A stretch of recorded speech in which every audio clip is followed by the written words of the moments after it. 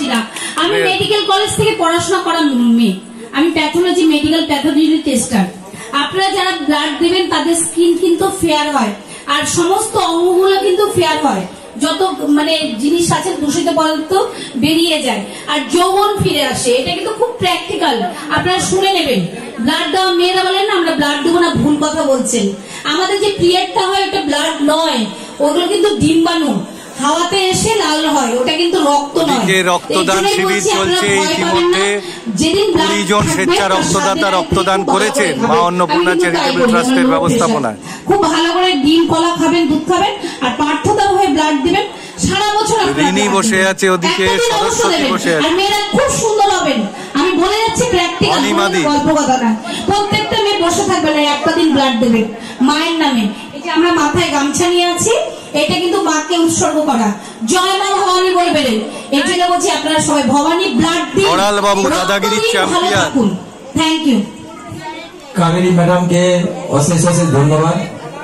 উনি গত বছর দিদি নাম্বার 1-এ ছিলেন, সেইখান থেকে আমার পরিচয়। তো আজকে উনি জলপাইগুড়ি না, কোথায় আপনার? শিলিগুড়ি থেকে আমাদের মা অন্নপূর্ণা চ্যারিটেবল ট্রাস্টের ডাকে তিনি ছুটে এসেছেন। মোনালিসা তো আজকে 1 বছর সঞ্চালিকা আজকে কলকাতা থেকে 3:15 উনি ব্যান্ডেল স্টেশনে নেমেছেন। তারপর আমার অটো গিয়ে ওনাকে ব্যান্ডেল গীতা মেন্ডিস।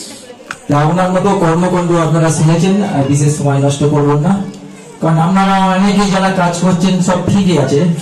এই যে ডেড বডি পোড়ানো, গরিব মানুষদের যে বিনা পয়সায় ডেড বডি পুড়িয়ে দেওয়া, এবং বড়লোক যাদের পিয়ালি বসা পর্বত কন্যা, ওদের গর্ব সোনার মেয়ে, 10টা 20টা 15টা কবিতা, সারা জেলা জুড়ে ওনার ব্রাঞ্চ আছে, আমাদের চন্দ্রনগরে ব্রাঞ্চ আছে।